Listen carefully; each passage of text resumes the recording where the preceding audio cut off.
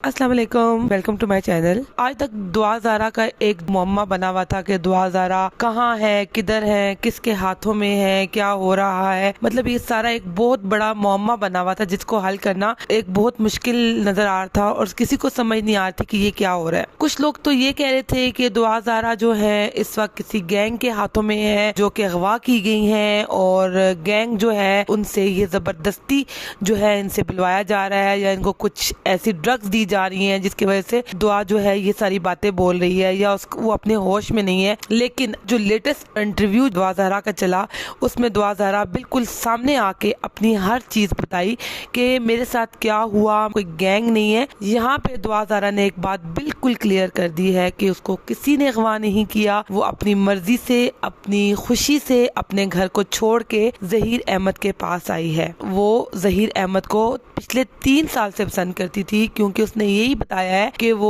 PUBG पे जहीर की और उसकी अंडरस्टैंडिंग हुई थी जिसकी वजह से कुछ ऐसे हालात और वाकयात घर में हुए वो अपने घर को छोड़ के आ गई। सेकंड नंबर पे बात ये की जा रही है कि दुआ ज़ारा को कोई गैंग है जो अगवा करके लेके गया था कराची से लाहौर तक, क्योंकि एक 14 साल की बच्ची जो है कराची से लाहौर तक खुद अकेले नहीं जा सकती।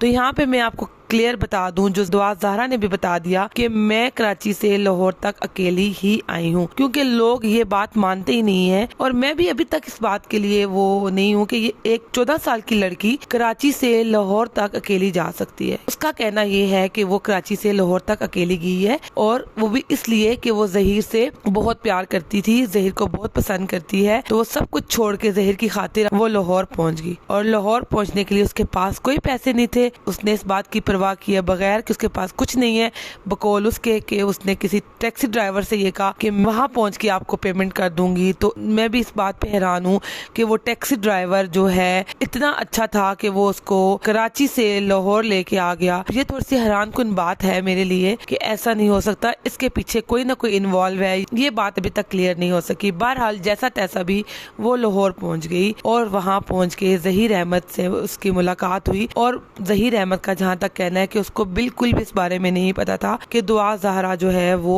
लाहौर आ रही है जहीर अहमद की मोहब्बत में गिरफ्तार होके अपने माँ बाप को छोड़ के वो जहीर अहमद के पीछे 7 समुंदर पार, जिस तरह कुछ फिल्मों में देखते आए हैं कि 7 समुंदर पार मैं तेरे पीछे पीछे आ गई, बिल्कुल सेम टू सेम वही सिचुएशन है कि बगैर कुछ सोचे समझे वो लाहौर पहुंच जाती है और वहां जाके जहीर अहमद से राब्ता करके पंजाब यूनिवर्सिटी में, जहीर अहमद की रिहाइश जो है वो पंजाब यूनिवर्सिटी में है, और वहां पहुंचती है और वहां जहीर अहमद से राब्ता करती है और जहीर अहमद आता है और उसको सारी सिचुएशन बताती है। बकौल जहीर अहमद के कि मैंने इसको नहीं बुलाया, मैंने इसको नहीं कहा, उसने अपने ऊपर से सारा वो उतार दिया कि मेरा कसूर नहीं है, ये अपनी मर्जी से यहाँ पे आई है और अपनी मर्जी से जब वो यहाँ पे आ गई है तो मैं इसको वापस नहीं भेज सकता था क्योंकि वो मुझसे प्यार करती है और मैं भी उसको पसंद करता हूँ। उसके बावजूद जहीर अहमद का ये कहना है कि वो उसने जी अपनी बगैर कोई गलत काम करने के उसने सबसे पहले उससे निकाह किया है। ये तो बहुत अच्छा किया, निकाह किया। निकाह तो इस्लाम में एक जरूरी चीज है, निकाह कर लिया, वो मियाँ बीवी हो गए, सब कुछ हो गया। अब जो मेन बात है वो ये है कि 14 साल की लड़की है दुआ और 14 साल की उम्र में तो निकाह होता नहीं है, तो बस इशू इस बात पे उठाया जाता था। दुआ कहती है कि मैं 16 साल की हूँ, 2005 में मेरी वालदा की शादी हुई है और 2006 में मैं पैदा हुई थी। चले अब वो भी हो गया, उनको हाई कोर्ट ने, बाकी लाहौर सब ने उनको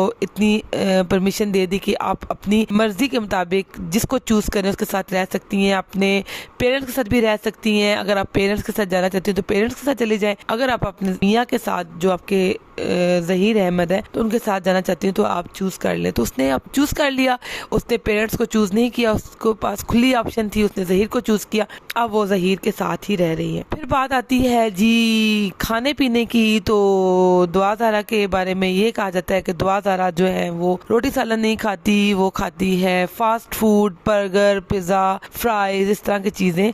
तो ये चीजें आप सोचें कौन खा सकता है, ये एक वही बंदा खा सकता है जिसके पेरेंट्स या तो अफोर्ड कर सकते हो या तो बहुत लाड प्यार करते हो और वो उनको खिला सकते हो। यहाँ से पता चलता है कि दुआ ज़हरा के जो पेरेंट्स हैं वो उसकी कितनी हद तक हर ख्वाहिश पूरी करते थे और हर चीज खिलाते थे। दुआ ज़हरा का कहना है कि उनकी सास जो है उनके नाज नखरे उठा रही हैं। दूसरे नंबर पे ये आता है कि ज़हीर की सैलरी जो है कितनी है। ज़हीर का बकौल के ज़हीर की सैलरी वो 60 से 70 हजार कमा लेता है। 60 से 70 हजार कमाने के बाद जी वो उसके पास इतना होता है कि वो इसको खुश रख सकता है। ये तो फिर बात की बातें हैं कि कौन कितना खुश रहता है। शादी की अभी कुछ टाइम गुजरा है, नई नई शादी है, इस टाइम पे हर चीज बड़ी अच्छी लग रही होती है, सब कुछ ये चीजें जो होती हैं ये तो वक्ती तौर की बातें हैं। ये तो जब जिंदगी का टाइम गुजरता जाता है तो तब पता चलता है कि जिंदगी कितनी कठिन है, क्या हो रहा है, क्या मुश्किलात आने वाली हैं, क्या मुश्किलात हैं। ये सब कुछ तो वक्त के साथ साथ पता चलता है। ये सब मोहब्बत वगैरह सब कुछ भूल जाता है वक्त के साथ साथ। तो अभी तो ज़हीर अहमद भी अच्छा लग रहा है, उसकी फैमिली भी अच्छी लग रही है। दुआ का कहना है कि वो अपने पेरेंट्स के पास नहीं जाना चाहती,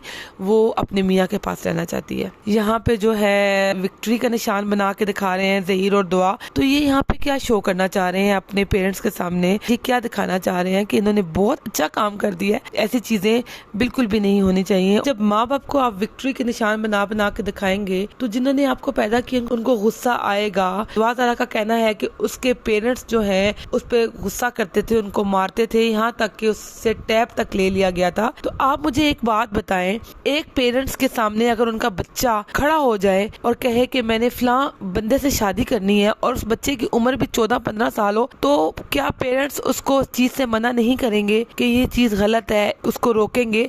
यहाँ तक एक छोटा बच्चा किसी गलत चीज को लेने की जिद करता है तो पेरेंट्स उसको भी मना करते हैं। ये तो एक पूरी जिंदगी गुजारने का फैसला है। तो जब दुआ ज़हरा ने अपने पेरेंट्स के सामने खड़े होकर ये कहा होगा कि मैं फलां लड़के से शादी करना चाहती हूँ, तो उसके पेरेंट्स को तो गुस्सा आया होगा, उन्होंने उसको रोका भी होगा, उन्होंने उसको मना भी किया होगा। जब वो चीज से मना नहीं हुई होगी उसे टैब भी ले लिया होगा और जब टैब लेने के बावजूद भी वो उनके आगे खड़ी हुई होगी तो उन्होंने थप्पड़ भी लगाए होंगे। वो हर माँ बाप का हक बनता है औलाद को गलत चीज से रोकने का, और जब गलत चीज से रोका जाता है तो औलाद को उसके बदले में गुस्सा आता है। मुझे जहाँ तक लगता है कि दुआ ज़हरा को पूरी जिंदगी उसके पेरेंट्स ने बहुत लाड प्यार में बड़ा किया है, क्योंकि मुझे उसके पेरेंट्स को जो देख के लगता है कि वो मुझे बिल्कुल भी ऐसे पेरेंट्स नहीं लगते कि जो बच्चों पे जुल्म और गुस्सा और ज्यादतियां करते होंगे। वो बहुत एक पोलाइट से पेरेंट्स लगते हैं। तो मुझे नहीं लगता कि वो अपने बच्चों को किसी बात पे मार सकते हो।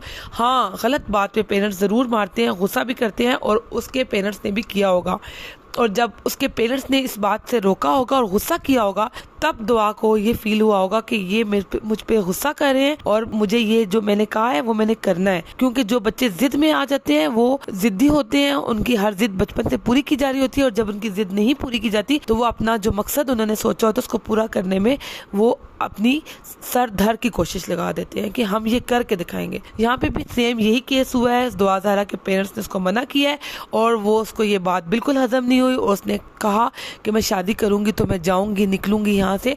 इस सब चीज को लेके वो घर छोड़ कर चली गई और जब घर छोड़ के चली गई तो जाहिर है पेरेंट्स को तो गुस्सा आएगा। आज पूरे 2 महीने हो गए हैं, वो बेचारे सड़कों पर धिक्के खा रहे हैं। अगर उसके पेरेंट्स उससे प्यार ना करते होते तो वो आज 2 महीने से इतना पैसा लगाते, इतने धिक्के खाते। मैं ये कहती हूँ कि दोनों साइड से पेरेंट्स को भी चाहिए कि उसको माफ करें। अब जितना ववेला मचना था, ड्रामा होना था, हो गया है। अब इस चीज को खत्म करें। आपकी बेटी है, उसने शादी कर ली है, आप उसको एक्सेप्ट करें। दोनों फैमिलीज आपस में हालात जो हैं वो सही करें, कशीदगियाँ ख़त्म करें, ताकि ये जो दुनिया ड्रामा देख रही है और हर रोज़ आए दिन मुख्तलिफ एंकर्स जो हैं मुख्तलिफ स्टोरियाँ बनाते हैं, इसको ख़त्म करें ताकि आप अपने घर का माहौल बनाएं, अपनी बेटी को से मिलें, उससे मोहब्बत से अपने घर लाएं और सारा रास्ता क्लियर करें और इस सारे ड्रामे को ख़त्म करें। तो बस मेरा यही था आज का रिव्यू। और कभी भी किसी भी औलाद को नहीं चाहिए कि वो इस छोटी सी एज में अपने पेरेंट्स का घर छोड़ के और घर से भाग जाएं और किसी ऐसे लड़के की खातिर जो जिसको आप जानते भी नहीं है, और वो पेरेंट्स जिन्होंने आपको बचपन से पैदा करके 14-15 साल तक ले गए हैं, पाला है, उनको आप उस लड़के की खातिर छोड़ दें तो ये एक बहुत ही बड़ी और गलत बात है। ये चीज़ें वक्ती तौर पे सब बहुत अच्छी लग रही होती है, लेकिन कुछ अरसे के बाद वक्त गुजरता जाएगा तो दुआ ज़हरा को अपने पेरेंट्स याद आएंगे और वो दोबारा अपने पेरेंट्स के पास आने की कोशिश करेंगी, तब वक्त हाथों से गुजर चुका होगा। तब वो वक्त नहीं होगा, वो पेरेंट्स इसको नहीं मिलेंगे जो इससे बहुत प्यार करते हैं, जो आज इसकी खातिर धिक्के खा रहे हैं, जो आज इसकी खातिर जलील हो रहे हैं, जिसको इसने दुनिया में जलील कर दिया है। वक्ती तौर पे सब कुछ उसको बहुत अच्छा लग रहा है और अभी भी टाइम है, सब कुछ छोड़ के अपने पेरेंट्स के पास आ जाए। पेरेंट्स जो फैसला करते हैं वो औलाद के लिए हमेशा बहुत अच्छा फैसला होता है। तो हर लड़की के लिए मेरी एक खास मैसेज है